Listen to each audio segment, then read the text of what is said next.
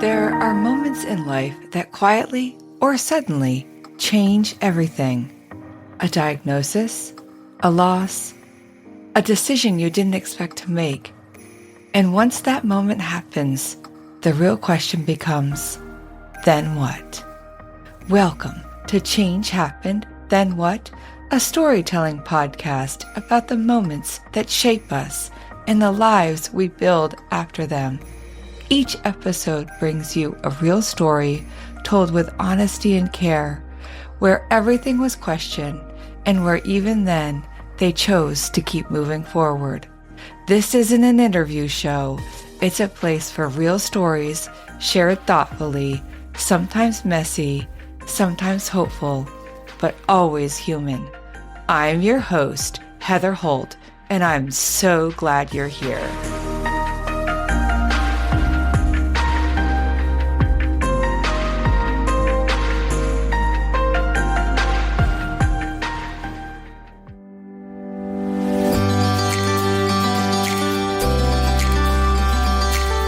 Before we begin, I want to invite you into something I'm doing called the Changed Me Community Drawing. Stay tuned to the end of the episode to find out how you can enter into our monthly drawing for a super cozy Change Happened trucker hat or a super soft tee.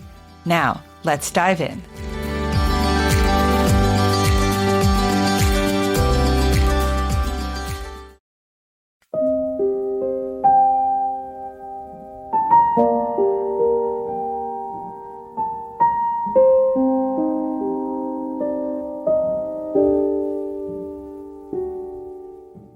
"27 days.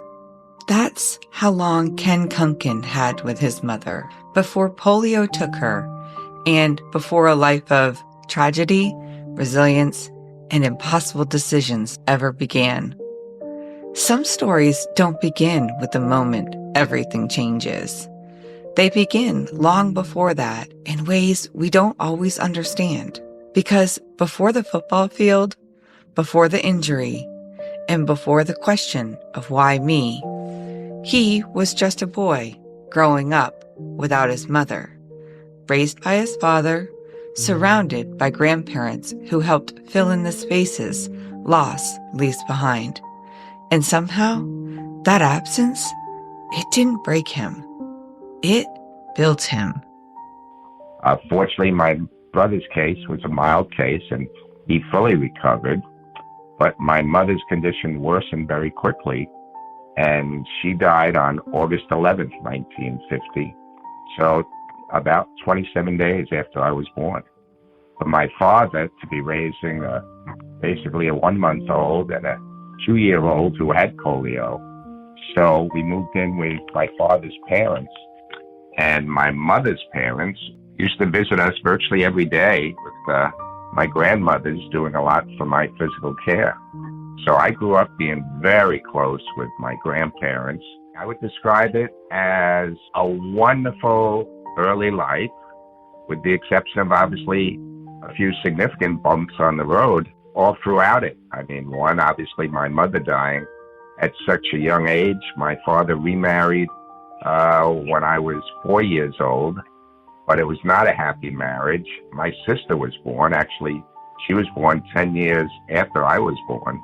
So that's my early life, but it really centered around sports. I was very active in sports. My brother was a terrific athlete. My father was an athlete when he was in school. So I grew up spending a lot of time playing sports, basically all day long. You know, if you would have asked me to describe myself when I was in high school, I probably would have said, you know, I played on the varsity football team. I was on the varsity wrestling team. I was in 3 different softball leagues.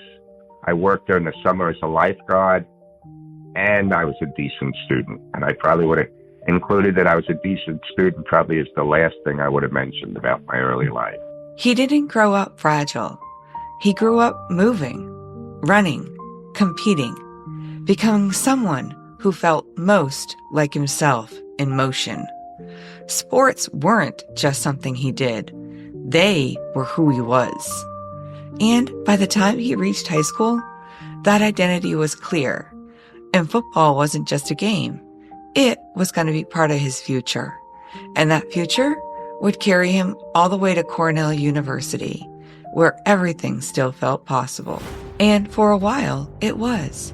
Game days, crowds, the rhythm of something familiar, the kind of life you don't question, because it's exactly where you're supposed to be. Then, on October 31st, 1970, Halloween, Ken's favorite holiday of the year, kickoff. Nothing unusual, nothing that felt different, just another game day. And then there's a moment, right before impact in football, where everything slows down, where instinct takes over, where you don't think, you just move. And then Ken's world would change forever. Well, I was playing on their lightweight football team. That was for athletes who were smaller than the heavyweight team. In fact, it used to be called 150-pound football because 2 days before each game, you had to weigh less than 154 to be able to play in this league. And unfortunately, during my junior year, on October 31st, 1970, Halloween Day, I was playing in a game against Columbia, and on a kickoff, when I tackled the ball carrier, I broke my neck and severely damaged my spinal cord. Ken wrote about that day in his book, I Dream of Things That Never Were, the Ken Kunken story. He describes the tackle, what it felt like, the moment he believed they were carrying just his head off the field, not realizing it was his entire body. It was gripping. And it pulls you right back to the question that so many people ask in moments like that. Why me? Just a few weeks before my injury, there was the Jewish holiday Yom Kippur, which is the most solemn of the Jewish holidays. And on that day, the book of life for the next year is closed. That day, while I'm not very religious, I actually didn't play in a football game because I felt that day was just too sacred to the Jewish religion. So I went to synagogue instead that day instead of playing in a game. And then I got injured, and I'm questioning myself, wait a minute. That day when the book of life is being closed for the next year, I spent that day in synagogue. So why did I get hurt? Yom Kippur is one of the most sacred days in Judaism. It's a time of reflection, atonement, and asking life's hard questions. Questions about who we are, what we've done, and the big question, why do things happen the way they do? And for Ken, those questions weren't philosophical. They were personal. Because at just 20 years old, his life had been split into a before and after. I'm a quadriplegic. I'm almost totally paralyzed from the shoulders down. For some people, that moment becomes their identity. A quadriplegic, a life defined by what they can't do. But imagine it. Full motion, full movement, full independence, and then nothing. Yeah, I think most of us would sit in that question for a while. But Ken didn't stay there long. He couldn't. After more than 9 months in the hospital, he made a decision. He was going back to Cornell University. And remember, this is at a time before the Americans with Disabilities Act was in place, before accessibility, accommodations, and before systems were built to support someone like him. So he had to rely on people who literally would carry him up and down the stairs, friends who showed up, and the ones who made it possible for him to keep going. And somehow, he found a way to graduate. Listening to his story and reading his book, you just start to notice something, a quiet truth that people at their core want to help each other. But me being me, I had to ask a question a little more human. Was Halloween ruined for him, or did he find his way back to enjoying it? We'll be right back to Ken's story. Today's Change Happen story is sponsored by Pure Energy Apothecary. Owner Don Lancaster and I are friends, and honestly, that matters. It's how I know how much care goes into what she makes. Dawn doesn't create products just to sell them. She makes them because she uses them and cares about how they support real people like you. Her magnesium butter has become a staple in my daily life when my muscles feel tired, when my legs won't settle at night, or when my nervous system feels like it's been running on overdrive, which, let's be honest, a lot of us can relate to. Magnesium supports muscle relaxation, helps with sleep, and eases that wired but tired feeling. This butter is creamy and absorbs right into the skin. No heaviness, no overpowering scent, just comfort. For me, it's not just relief. It's a small ritual that tells my body it's safe to slow down. If you're craving that kind of support, visit pureenergyvt.com and use code PURECHANGE to get your 20% off. Now, back to Ken's story. Many years later, I had married my wonderful wife, Anna. And when we got married, Anna said she wanted to have my baby. So as much as it seemed impossible at the time, I had been hurt for more than 30 years by then. We went through in vitro fertilization, and through the grace of God, Anna became pregnant. And on January 24th, 2005, I was present in the delivery room when Anna gave birth to triplet boys. I used to get really depressed around Halloween as that day approached. But once they were old enough to take them trick-or-treating, it became a lot of fun again. So I look at Halloween very differently now than I did before my boys were born. I just love hearing Ken talk about his family, because for a long time, he didn't think this life would ever be possible. And now he has a wife that adores him and that he adores. 3 sons who have grown into men, and all of them at this point with different degrees of study, and will be graduating from 3 different universities. One of them, however, is at his alma mater, Cornell University. There's something so full circle about that. There was something else that stayed with me that Ken told me. He told me he was originally supposed to go to University of Vermont in my home state, but chose Cornell instead. And it makes you think how even the smallest decisions can shape the entire trajectory of your life. As we kept talking, I asked him something I wasn't sure how to put in words. What does it feel like to be inside your body, to see it, to know it's there, but to not be able to move it or feel it? I can move my left arm a bit, but not my fingers or my wrist. So as a result, I still need help doing virtually everything. On the right side of my body, I could just shrug my shoulder a little bit, but I can't really move that arm. I have no feeling, no sensation a few inches below my shoulders. You know, one of the ways I can describe it is immediately after my injury. I'm lying on the field. They put me on a stretcher. And when they lift up the stretcher to carry me off the field, I felt like they were just carrying my head off the field and leaving my body behind. I felt as if I had been decapitated. So it's a very strange feeling to describe when you have no feeling. Phantom pain. There's this thing called phantom pain. It's when the brain sends signals of pain to a part of the body, even when there's no physical sensation there. It's real, it's neurological, and it can be extremely intense.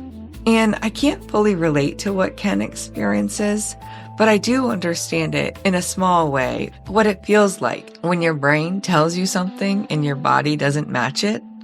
And it's pretty unsettling. My back feels very sore basically throughout the whole day, even though I have no feeling in my back. There are times when I feel like my arms or legs are in an uncomfortable position, and I'll look down and my arms and legs are not even there where it feels like the pain is coming from. You know, there's still pain inside my body, which is tough to describe. I still get stomach aches, although I have no feeling. down by my stomach. I still feel very tight. I really need to be moved throughout a good deal of my body, even though I have no feeling there. It's kind of a strange feeling to describe to people when I don't actually have sensation there. I mean, I could be stuck with needles and not feel the actual sensation of the needles in my body. You know, and I remember when I was going through rehabilitation and a physical therapist would say, well, you know, to bend your arm, you need to tighten your bicep and loosen your tricep. And I have no feeling there. So it's like saying, try to move a chair on the other side of the room just by thinking about it. I mean, that's what I felt like it was. He also shared with me that he has to be incredibly careful around heat because he can burn himself severely and never even know it. Think about that. Your body not warning you. So naturally, I started wondering about something else.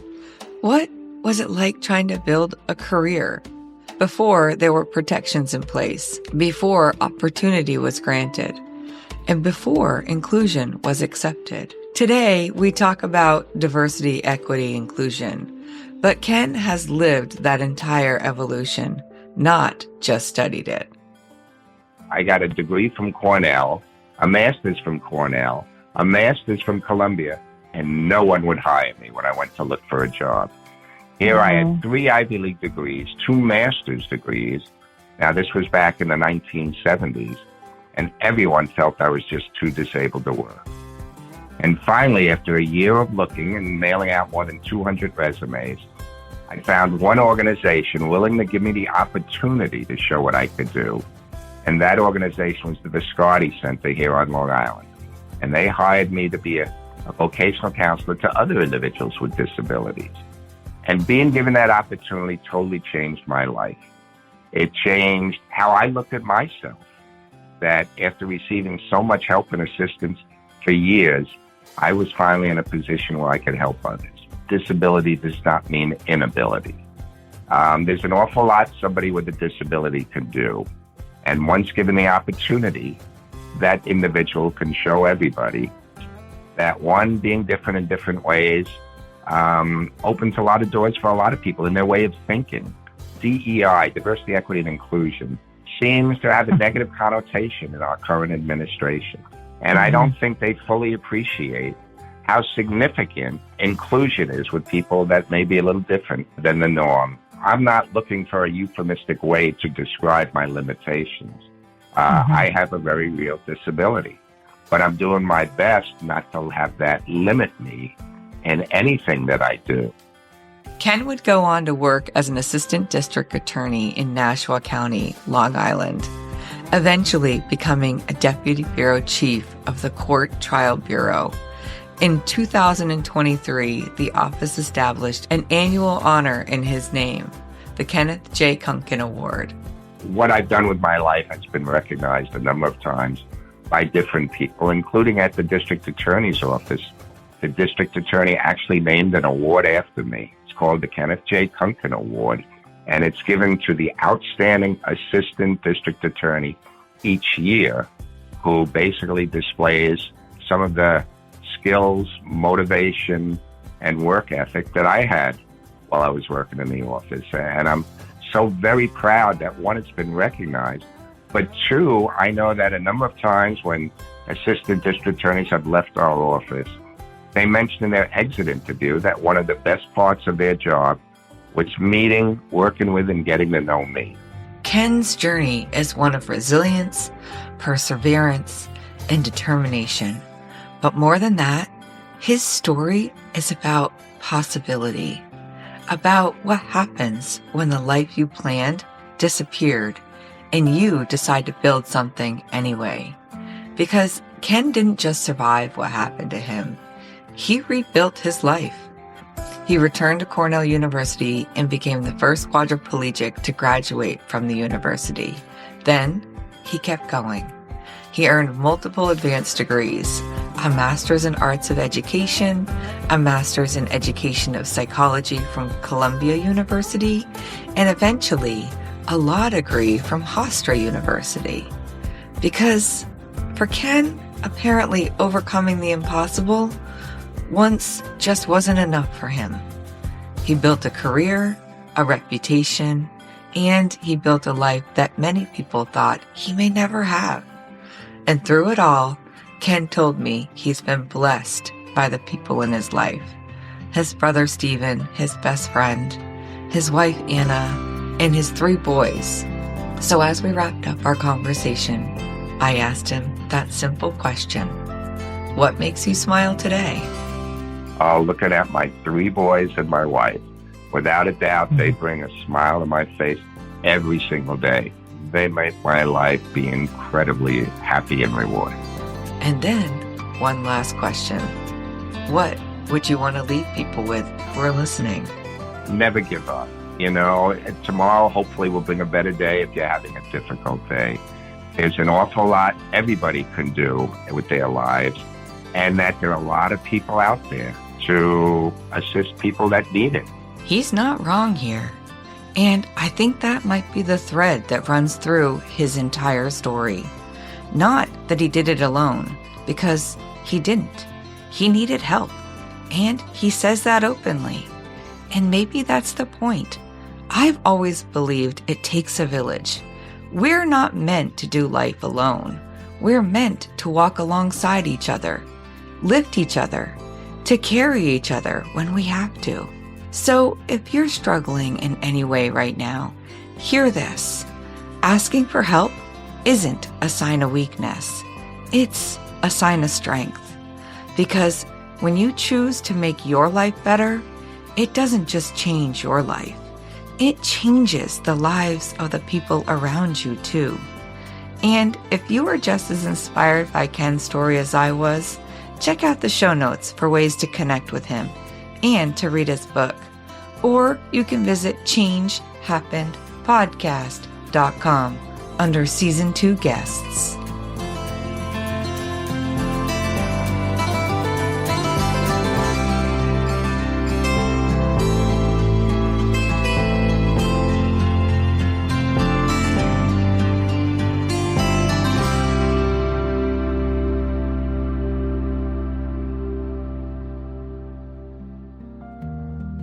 And now for the What Changed Me community drawing information. Head to changehappenedpodcast.com. Click on the What Changed Me banner to tell us what stayed with you from today's episode or any interview episode you listen to as part of the What Changed Me community drawing. Each time you share, you'll be entered into a Change Happened drawing. You can enter more than once. Every entry is also automatically included into our quarterly drawing for a special Change Happened Super Prize, whether you've won before or not.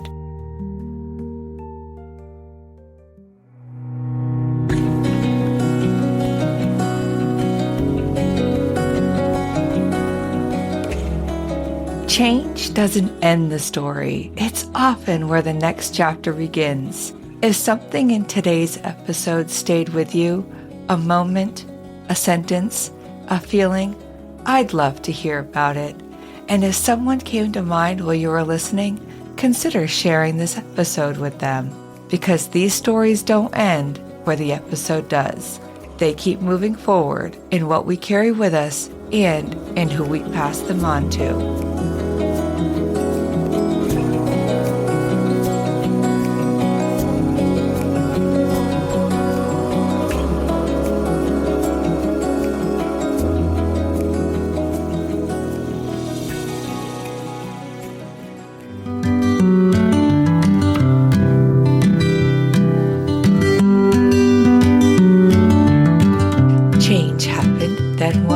Is written, edited, and produced by me, Heather Holt, with the loyal background support from my 2 sidekicks, Waylon and Dalton. Until next time, keep smiling and maybe let your dog inspire your next big idea.